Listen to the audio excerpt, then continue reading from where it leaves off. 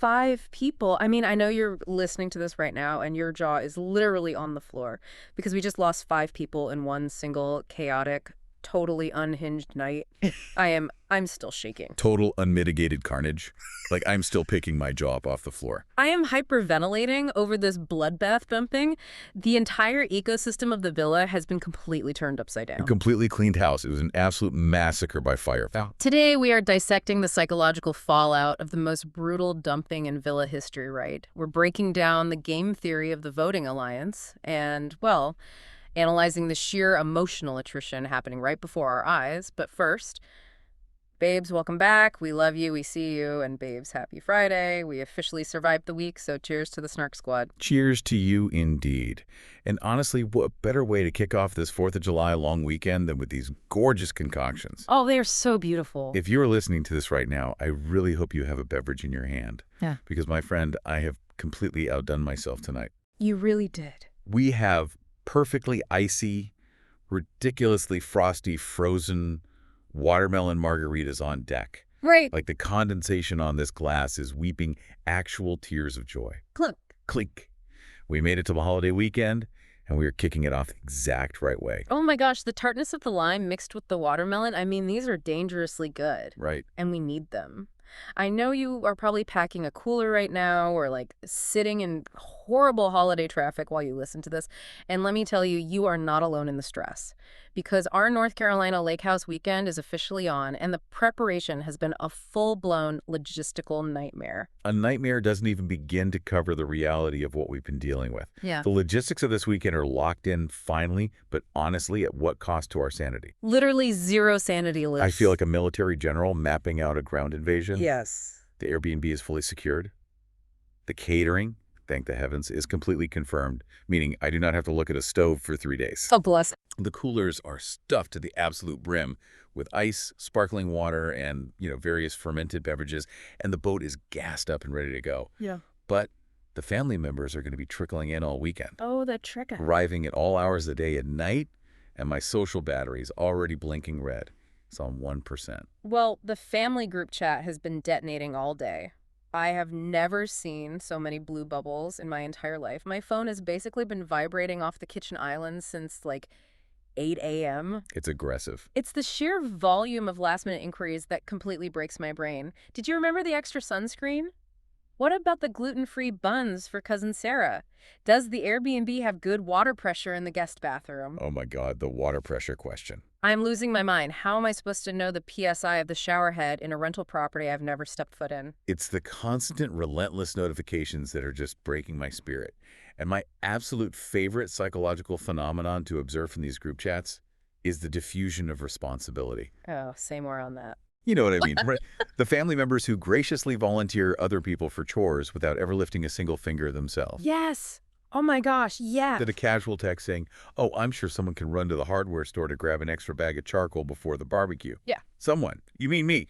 I am the someone. You're always the someone. They cast this vague net of obligation into the digital ether, completely absolving themselves of the labor while sounding like they're being super helpful. It is Machiavellian. Or like the last-minute grocery request when we are already packed to the roof of the SUV.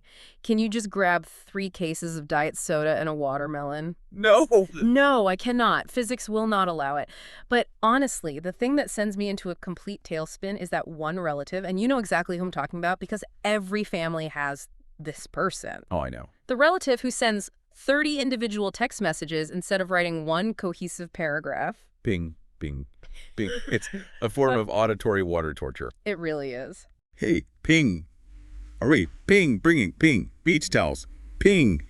Just formulate a complete thought. The enter key is not a punctuation mark. No.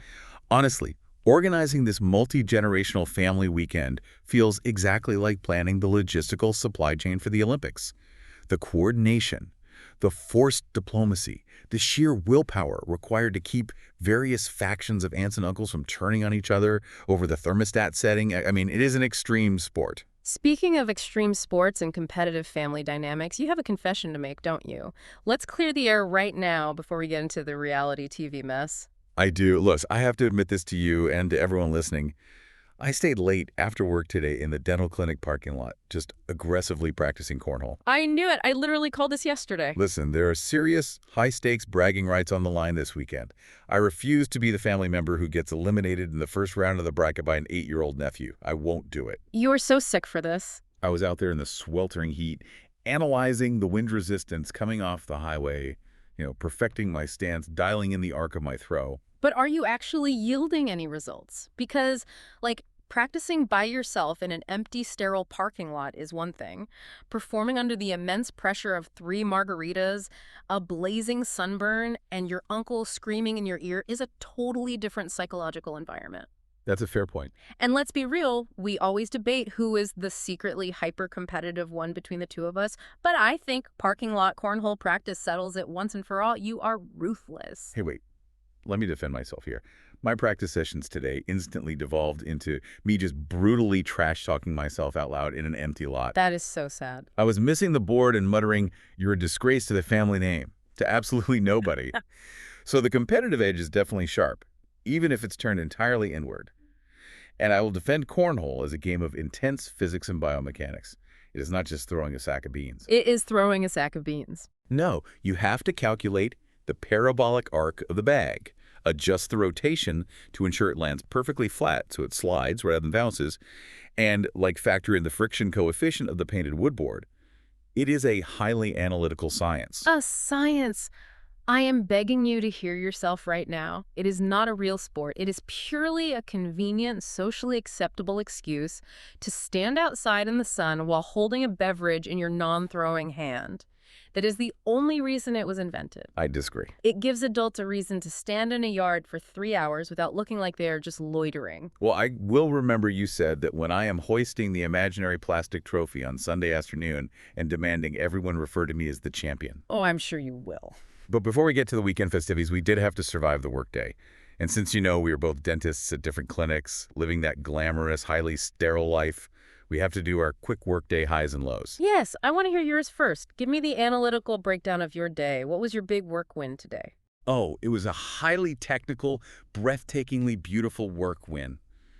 I had a patient come in with a tragically seeded zirconia crown on their second molar. It was put in by some other clinic, and the margins were completely open. Oh, yikes. To give you a visual, it was basically like the previous dentist put a concrete hat on a tooth that was 3 sizes too small, and the entire foundation was just crumbling underneath it. The bite was a total disaster. I can literally picture that. It's awful.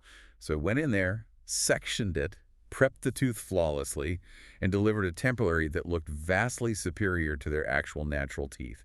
It was an architectural masterpiece. I was practically waiting for applause in the operatory. Of course you were. You probably wanted to sign it like a painting. Yeah. And the scheduling disaster. Pure, unadulterated chaos. My front desk double-booked the hygiene column while I was in the middle of a highly complex extraction, and the suction decided to just casually lose power for 3 agonizing minutes. No. Not the suction. I was sweating straight through my scrubs. But the ultimate high, the true peak of my week, was walking out the door at 5 p.m. and leaving this one incredibly needy patient completely behind until next Thursday. Oh, I love that feeling. This is the kind of patient who wants to debate the medical necessity of flossing using obscure YouTube conspiracy theories. Good luck to my colleagues. They are your problem now. What about you? Okay, my day was chaotic, but honestly so sweet.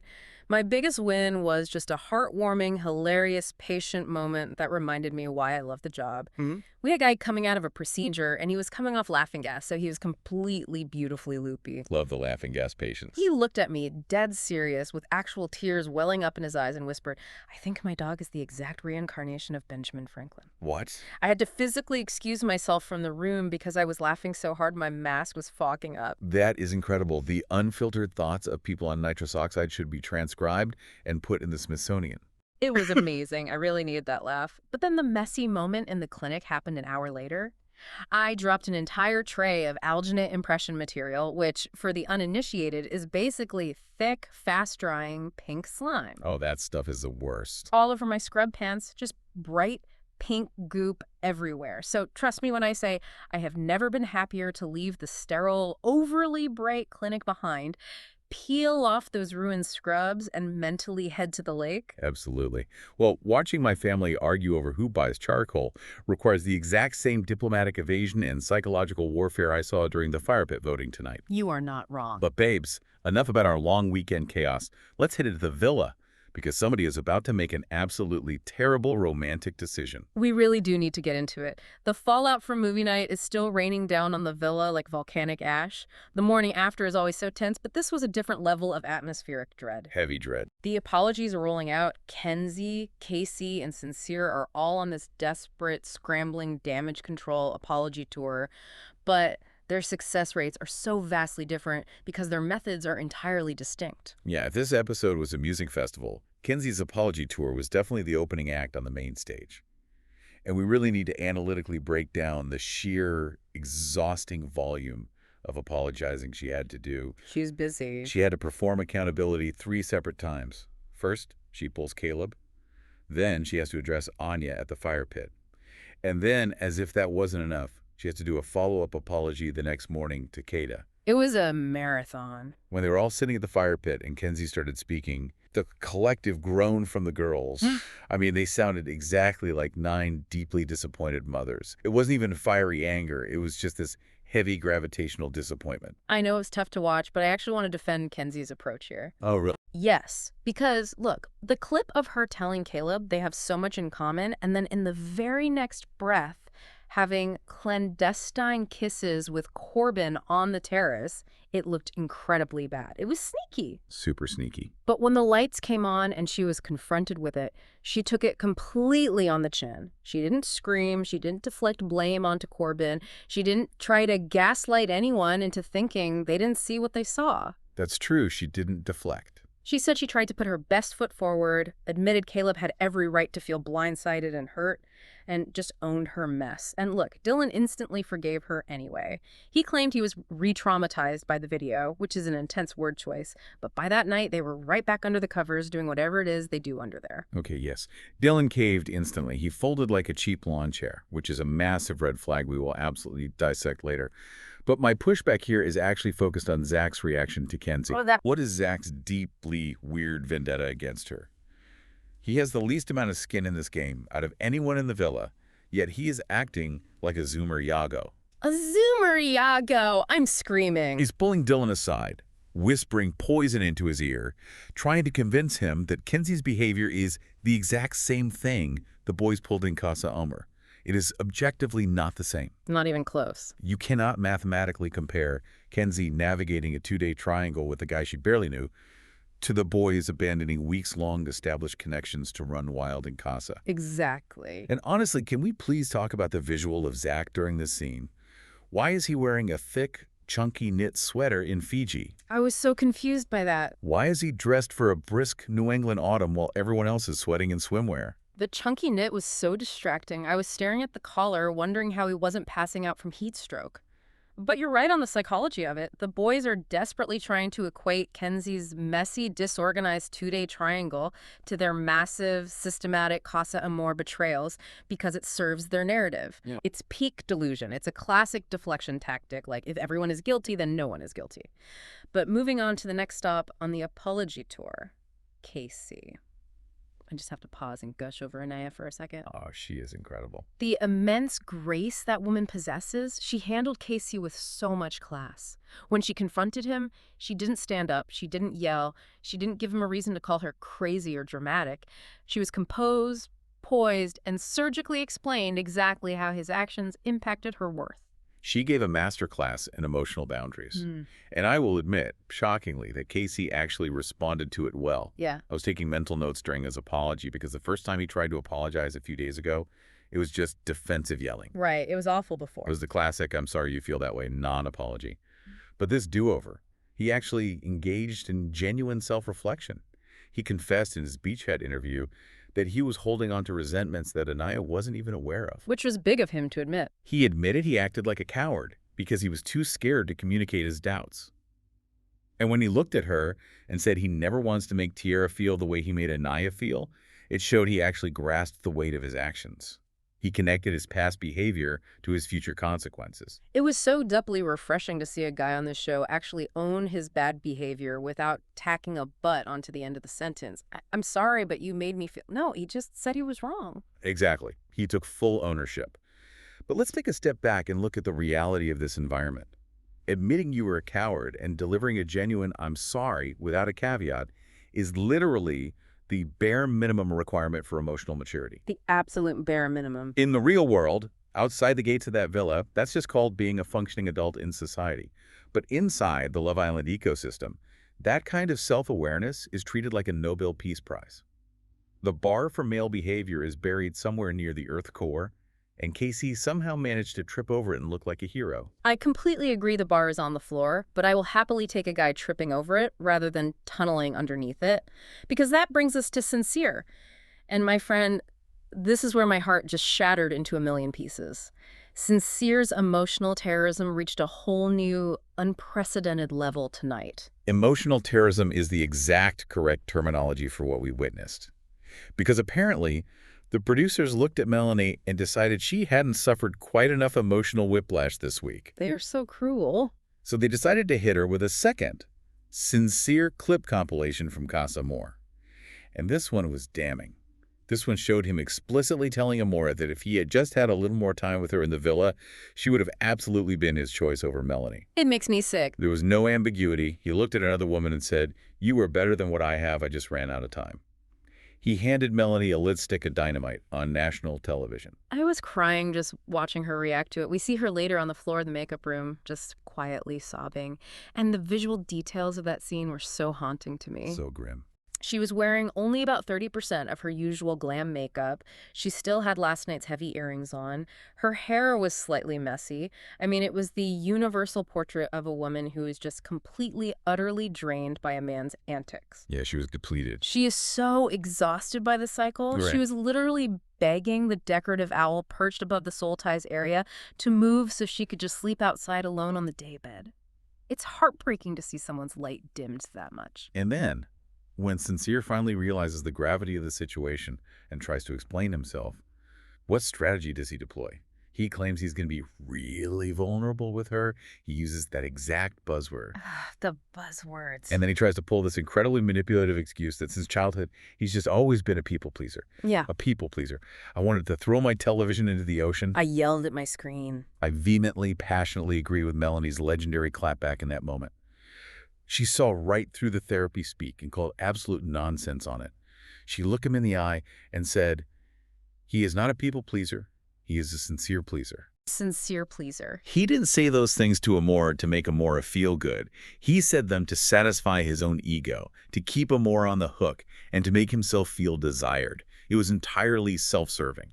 The sincere pleaser line is going straight into the reality TV Hall of Fame. It was poetic perfection. But, okay, I need you to hear me out on this next part because I know you're going to hate it. Oh, boy.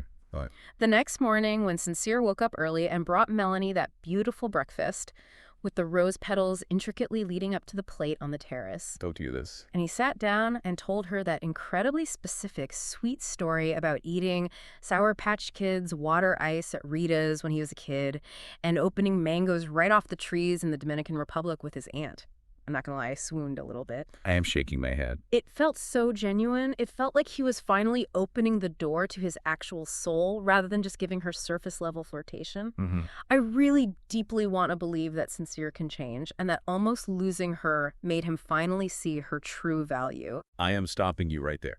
I am completely, utterly, and unequivocally rejecting this narrative. I am putting up a roadblock. Breakfast does not fix betrayal. But the mangoes. The specificity of the memory. I do not care about the mangoes in the Dominican Republic. I do not care about the Sour Patch Kids water ice. Do you know what he is doing? He is weaponizing nostalgia. Oh, weaponizing nostalgia. This is a highly calculated psychological tactic. Yeah. Sincere knows he is losing his grip on her. He knows he looks terrible. So he is trying to buy time, and he's manipulating your exact optimistic tendencies, and Melanie's too. Well, it was working on me. He sees that the house he built with Melanie is, as he previously admitted, made of fragile straws and not solid cement. And he honestly thinks that a plate of scrambled eggs and a single plucked rose is going to magically turn those straws into bricks. It is damage control disguised as vulnerability. You think it's all fake. He is giving her a tiny hit of dopamine, the romance, the childhood story, to override the logical part of her brain that is screaming at her to run. Ugh, I hate that you're probably right because the romantic in me really wanted it to be a turning point. It did look like a cute date on the surface. But you're right, the timing is deeply suspicious. Thankfully, Parmita stepped up to be the voice of reason that Melanie desperately needed. We have to praise Parmita's role in this episode. Absolutely. Parmita delivered the sociological safety net that women provide for each other in these toxic environments. She delivered the absolute truth bomb of the season. Yes, she did. She pulled Melanie aside, sat her down away from the boys, and told her straight up, to her face, that the relationship is toxic. She didn't sugarcoat it. She said that love and feelings are sometimes just not enough when the foundational trust is that broken. It was so refreshing. It was brutally honest, and it was exactly the harsh reality check Melanie needed to hear to snap out of the breakfast-induced trance. I was so thrilled that a girl's girl finally spoke up because up until now, the other girls have kind of been enabling the cycle. They've been passive, hoping Melanie just gets through it and that Sincere magically becomes a better person. But Parmita actually stood on business and protected her friend's peace. Standing on business. She basically told her she deserves so much more than a guy who treats her as a backup option and then tries to paper over the cracks with room temperature eggs. Which brings us perfectly to another couple that is completely falling apart, but in a much slower, more agonizingly awkward way. Let's pivot and talk about the slow fizzle of Caleb and Jaden. It is so painful to watch them on screen. Every interaction feels like pulling teeth. They just have zero natural connection. Zero. Analytically dissecting this dynamic is fascinating because it's a textbook, classic case of misaligned attachment styles and completely mismatched expectations. Caleb is pulling the boys aside, complaining endlessly that Jaden doesn't ask him about his life, his childhood, his memories outside the villa. He wants deep, probing questions. He wants her to crack him open like a walnut, and he feels like she's just giving him surface-level, guarded nothingness. Okay, but I have to fiercely defend Jaden in this scenario because Caleb's approach to solving this issue was so aggressive, clumsy, and honestly humiliating for her. How so? Picture the scene, right? They were sitting on the wooden dock, literally 2 feet away from each other. And instead of just turning his body towards Jaden and softly communicating his feelings, what does he do? He grabs the peanut gallery. He aggressively grabs other people who are walking by right in front of her to ask for advice on how to handle the situation. She was sitting right there. He was talking about her like she was a broken appliance he didn't know how to fix. It was bad. Of course she got defensive and shut down. It was embarrassing for her to be talked about in the third person while she was occupying the same physical space. I agree his execution was terribly clumsy, but I want to push back on the core psychological issue at play here. Caleb is just 21 years old, and what we are seeing is raw, unfiltered emotional immaturity and a fragile male ego. Very fragile. His ego is deeply bruised because he's not getting the instant, overwhelming validation he expects.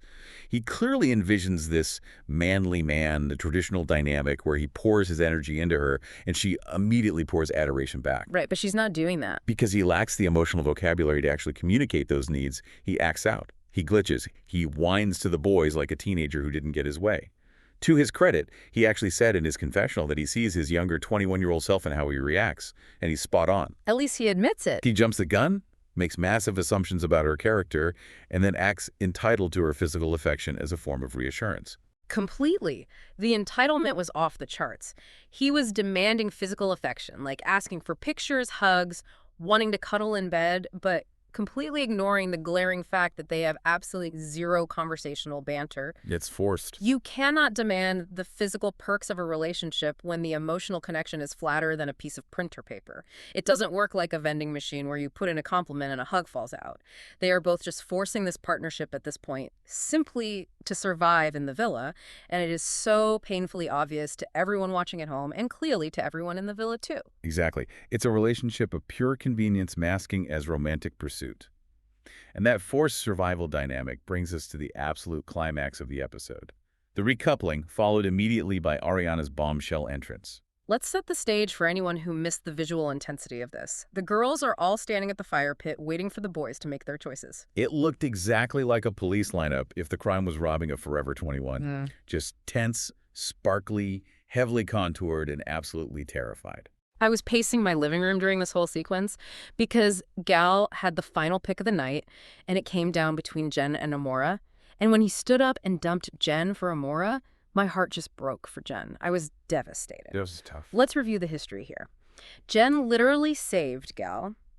She brought him back from Casa Amor when he was a vulnerable single. She gave him a coveted spot in the main villa, and then he just completely discards her the very second a shiny new bombshell walks in.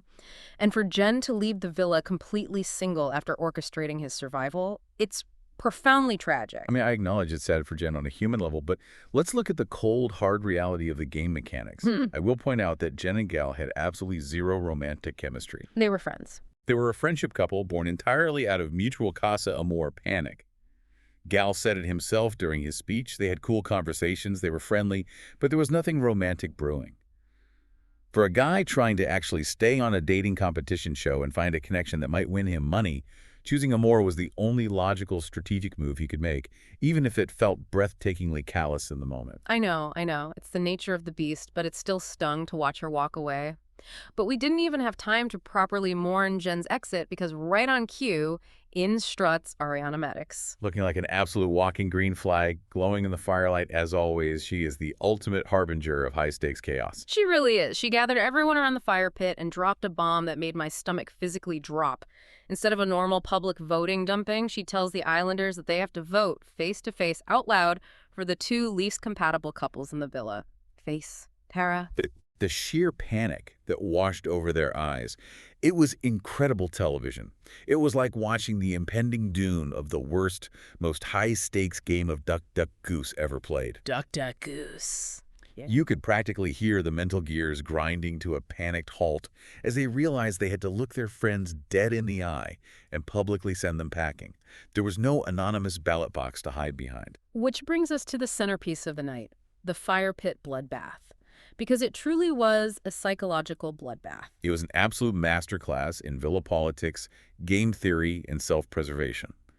When you analytically break down the voting patterns, you see the invisible architecture of the house. What do you mean? The core established couples, Trinity and Bryce, Kata and Zach, Kenzie and Dylan, Parmita and Corbin, they essentially formed an immediate, unspoken, telepathic alliance to pick off the weakest members of the herd. Yep, they totally did. They voted almost entirely unanimously for Gal and Amora, who racked up 8 votes by the end, and Caleb and Jaden, who got enough votes to ensure their elimination. It was so brutal to witness. Think about the psychological torture for Gal and Amora in that moment. They had to stand there, holding hands, and listen to couple after couple look them in the eye and tell them they weren't compatible, when they had literally been in a designated relationship for maybe 10 seconds. It's just seconds. Ariana had just announced they were a couple, and 5 minutes later, the entire villa is like, yeah, we really don't see a spark here. How on earth are you supposed to defend a romantic connection that is basically a newborn baby? You can't. And that is exactly why it was the safest, most strategic vote for the core couples to make. It's the classic prisoner's dilemma of reality TV. True. If I vote for a strong couple, I put a massive target on my own back for the next round. If I vote for the brand new couple, I can hide behind the excuse of, oh, you're just too new. Sorry, we haven't seen enough yet. It's the easiest way to keep your hands clean and avoid making real, vindictive enemies in the house. But of course, not every vote was cast with cold strategy. Some were cast out of pure, unadulterated spite. Oh my gosh, the audible gasp I let out when Kenzie voted for Parmita and Corbin. She sat there, looked them dead in the eye, and claimed their relationship is purely lustful and lacks emotional depth. It was ruthless. And then she doubled down. She actually doubled down and said Corbin only likes Parmita because she's a female him.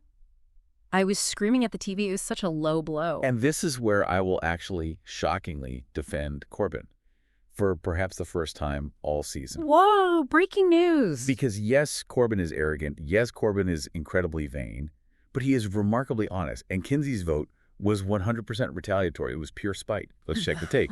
Remember, it was Corbin who loudly called out Kenzie's sneaky behavior during movie night. Oh, you're so right. He yelled, "Oh, F word," when her secret kissing clips played for the whole house. Kenzie was just waiting for her moment to get her lick back, and she used the compatibility vote as a weapon. When Corbin defended himself at the fire pit, saying that Parmita helps him understand things about himself he never knew and grounds his ego, I actually believed him. Kenzie was just being petty because her ego was bruised. It was so unbelievably messy. But the final visual image of this bloodbath is what is going to haunt me all weekend while I'm out on the lake. Just picture the cinematic framing. Okay, set the scene. Dumping is officially over. The dust has settled. 5 people are slowly dragging their heavy suitcases up those neon-lit stairs, packing their bags in the bedroom, hugging their friends goodbye. And standing off to the side by the pool, completely physically separated from the rest of the group, are Melanie and Sincere. Oh, that shot was incredible. They are standing side by side, but they look like they are miles apart. It is total, icy, suffocating silence. He leans in and tries to whisper something to her, presumably more damage control, and she just aggressively shuts him down, turns her shoulder, and rejects him. It was chilling. A foundation of straws, indeed. The entire social fabric of the villa is fundamentally fractured after tonight. It really is. All right, we need to take a collective deep breath, take a massive sip of our margaritas, and transition into breaking down the specific performances of the night. Because we need to crown our grafter of the night. Let's do it. We are looking at who put in the most genuine effort to build a connection and who completely fumbled the bag and let their ego get in the way. I want to know who your pick is for the ultimate grafter, but I'll tell you mine first. My pick for the most effort is Carl. Carl. Are we watching this same show? Yes, Carl. Hear me out on the psychology of this. The moment where he saw that moth trapped inside the glass of the villa, gently cupped it in his bare hands, walked it outside, and safely released it into the night sky. That showed his true, sweet, gentle heart. I cannot believe you are citing a moth. It was such a pure moment of unfiltered humanity. In a house full of guys puffing up their chests and manipulating women, Carl took 5 minutes to save a bug. And honestly, the careful, gentle way he treats Anaya is just a reflection of that same core personality trait. He is a protector, he respects fragile things. That is grafting on a deeply spiritual level. I am sorry, but I'm going to aggressively debate this premise. Picking up a stray insect is not grafting. It is basic human decency and maybe a little bit of amateur pest control. It is romantic. It doesn't make him a romantic hero, it makes him an aspiring entomologist. You cannot give a man an award for romantic effort just because he didn't squash a moth. It shows his character. It shows he pays attention to the small things. Fine, it shows character, but my pick for grafter of the night is KC. KC. The guy who was literally yelling at Anaya yesterday defensively? Yes, exactly him.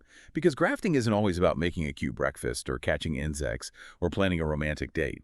Sometimes the most intense form of grafting is doing the incredibly hard, embarrassing, ego-crushing work of internal self-reflection. It's deep. Casey actually sat down, admitted his deep-seated flaws, called himself a coward on national television, and gave a proper, unprompted apology to a woman he hurt. In a villa full of guys making endless excuses for their toxic behavior, Casey, doing the heavy emotional labor to grow, pivot, and repair the damage he caused with Anaya, was the most effort a guy has put into his own emotional growth all season. He grafted on himself. Okay, that is a really fair analytical point. A genuine apology without a defense mechanism attached is an incredibly rare commodity in Fiji right now. But who is your pick for the biggest fumble of the night? Who completely dropped the ball? The fumble award, absolutely, without question, goes to Caleb. Instead of actually grafting, taking a breath, regulating his emotions, and trying to win Jaden over by asking her interesting questions or planning a cute one-on-one chat to bridge the gap, he fumbled it by acting completely entitled to her time and affection. He really did. He complained to the boys, caused a bizarre scene on the dock, and basically threw a public tantrum because she wasn't coddling his ego.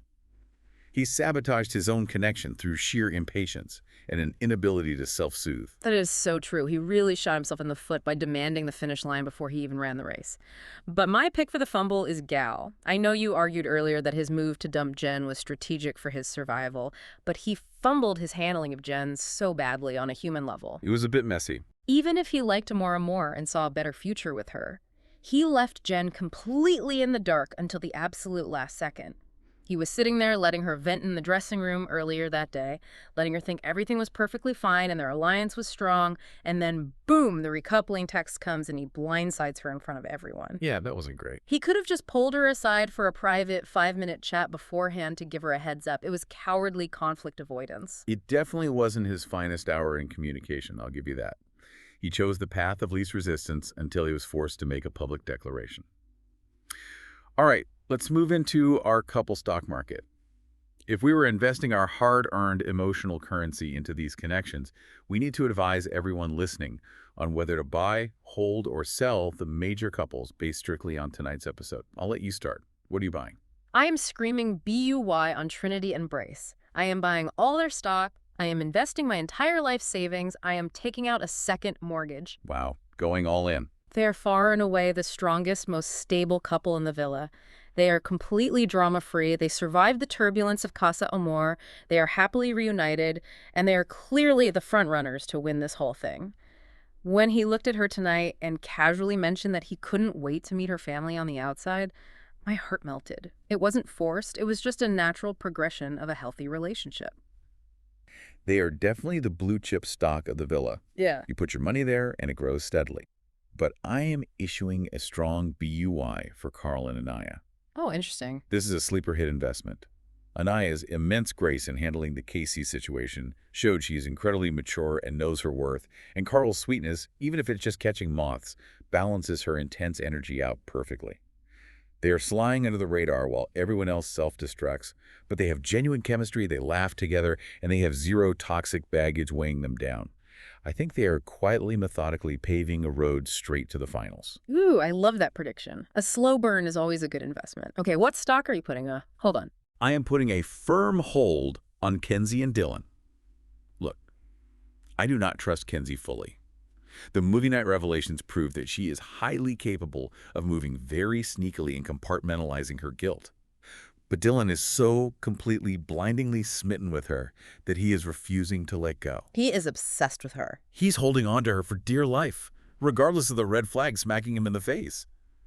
So I am holding their stock just to observe the trajectory. I want to see if she gets bored with his compliance and strays again, or if the fear of almost losing him actually locks her in for the rest of the season. That is a highly volatile stock to hold. My holdie is Permita and Corbin. I know they seem incredibly superficial. I know I usually hate the vain couples who stare in the mirror together, but I am holding them because, yes, they are incredibly physically obsessed with each other. I mean, Corbin literally smacking her bottom while they were walking to a very serious fire pit dumping gathering was wild behavior. Completely inappropriate timing. But they actually stood on business during the vote. They didn't take the easy way out and vote for the newbies. They voted for Melanie and Sincere because they saw the toxicity and called it out. That takes a massive backbone. I want to see where that newfound depth takes them. Fair enough. It's a high-risk, high-reward hold, and I think we both know exactly what stock we are unanimously screaming at the top of our lungs to sell. Sell, sell, sell, bankrupt, liquidate the assets, call the feds, Melanie and Sincere. It is a fundamentally toxic asset. As Sincere himself admitted in a rare moment of clarity, the relationship is built on a foundation of straws, not cement. Exactly. And when the big bad wolf of public opinion blows, that house is coming down instantly. There is no salvaging it. Melanie looks emotionally exhausted. Sincere looks highly manipulative, and the romantic vibe is completely dead. Get your money out now. Totally bankrupt. Okay, let's talk about the unpopular opinions we're harboring. It's time for some summer delusions. I'll go first. Delusion number 1.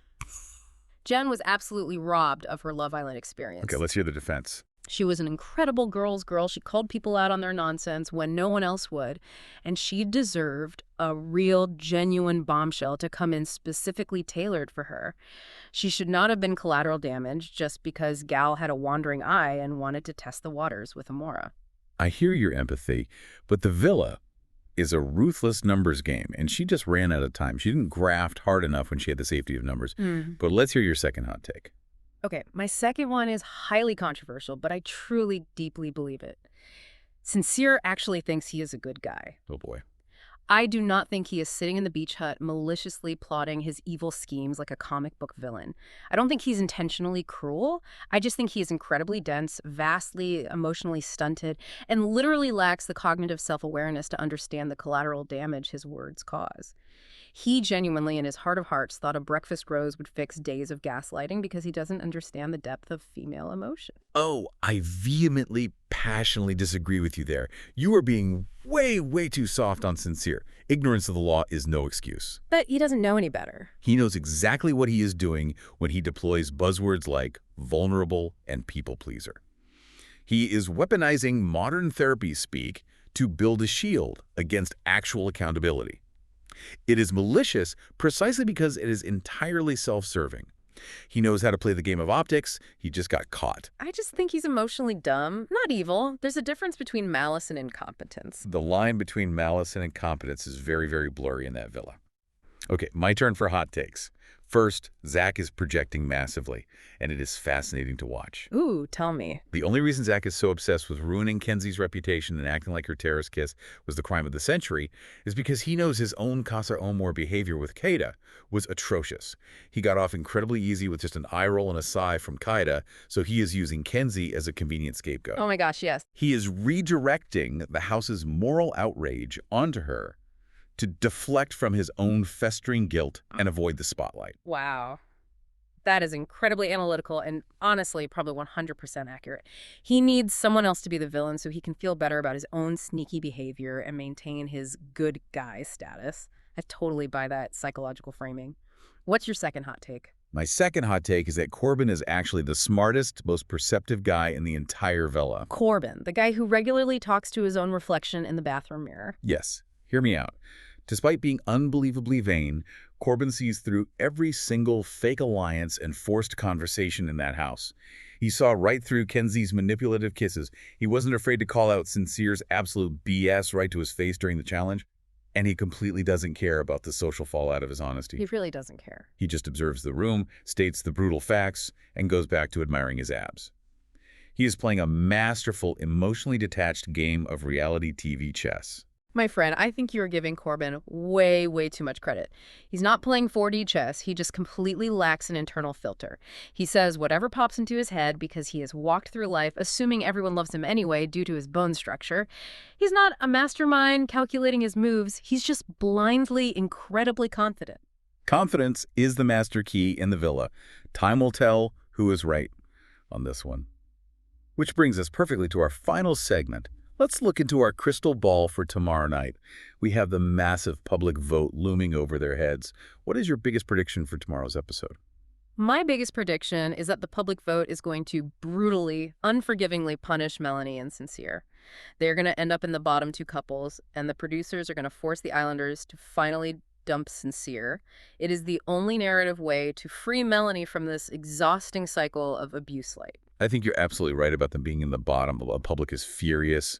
But my biggest prediction involves Zach and Qaeda. I think they are going to spectacularly implode.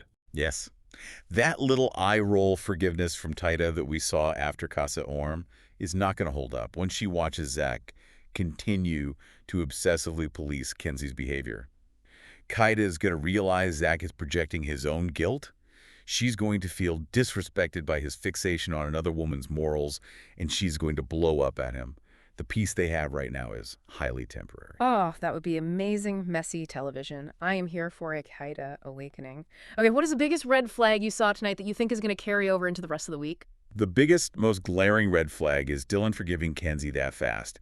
It screams doormat. It really does. It sets a terrible, irreversible precedent in their power dynamic. He basically showed her that she can humiliate him on national television, lie to his face, and all she has to do is say, "I'm sorry," once by the fire pit, and will welcome her right back into his arms. That dynamic is a ticking time bomb because she will lose respect for him. What's your biggest green flag? My biggest green flag is definitely the girls' friendships. Amidst all this toxic romance and male ego, the way the girls rallied around Jen when she cried, physically helping pack her bags with her, hyping her up in the dressing room, and the way Parmita fiercely protected Melanie by telling her the hard, uncomfortable truth about Sincere. The sisterhood in that villa is the only healthy, functioning relationship we have left. It's so true. It is beautiful to watch women support women when the men are acting like absolute clowns. It is definitely the saving grace of the season. All right, lay it on me. Give me your completely chaotic theory that somehow feels possible for tomorrow night. Give me the mess. Okay, my chaotic theory is that Kenzie is going to get completely utterly bored of Dylan's doormat energy in about 48 hours. She craves chaos, and because she is still petty and holding a grudge about Corbin calling her out at movie night, she's going to try to steal Corbin away from Parmita out of pure unadulterated spite, just to prove to the house that she can. Oh my God. The psychological warfare of a Kenzie, Corbin, and Parmita love triangle would be apocalyptic. Parmita would not just roll over and cry like some of the other girls. She would systematically destroy Kenzie. The villa would physically burn to the ground. It would be incredible television. The tension would be off the charts. What is your chaotic theory? My chaotic theory is a producer manipulation masterclass. Mm. I think the producers are going to let Sincere think he has successfully won Melanie back with the breakfast, the rose, and the apologies. They're going to let his ego inflate. Okay, tracking? And right at the exact moment he gets comfortable and thinks he's safe, they're going to drop in a male bombshell who is scientifically tailored for Melanie. A guy who is everything Sincere isn't, attentive, asking her questions about her life, emotionally available. And the producers will force Melanie to go on a date with this new guy right in front of Sincere's face. Yes. Oh, please let the Love Iron gods hear you right now. Give Melanie a man who actually asks her deep questions and doesn't just talk about his own childhood mangoes. I would die for that level of karmic chaos. It would be pure cinema. But alas, we have to wait and see what the public vote actually decides and how the dominoes fall. We do. So, I want to turn this over to you. We need to know your thoughts immediately. Get in the comments, hit us up on socials. Who is actually winning Love Island right now? Because after tonight's absolute bloodbath, the field is completely wide open. Also, because I know you were probably packing for your own lake house or barbecue, what is your absolute favorite 4th of July tradition? And most importantly, I need you to be brutally honest with me. Who do you think would completely dominate a cornhole tournament in the villa? My money is on Carl. I know we debated his moth catching, but I firmly believe he has the gentle, calculated touch required for the perfect beanbag toss. He understands the physics of the gentle arc. Thank you so much for surviving the work week with us and for pre-gaming this long holiday weekend by spiraling over villa drama with your 2 favorite messy commentators. We appreciate you tuning in. Don't forget to subscribe, leave us a 5-star review, only 5 stars. We don't accept negativity in this dojo. And share this recap with another messy fan in your life who needs to catch up on the absolute bloodbath. That was episode 27. Before you head off to your long weekend, I want you to think about this. In a villa where everyone is hyper-aware they are performing for cameras, is Casey's apology actually a sign of deep emotional growth?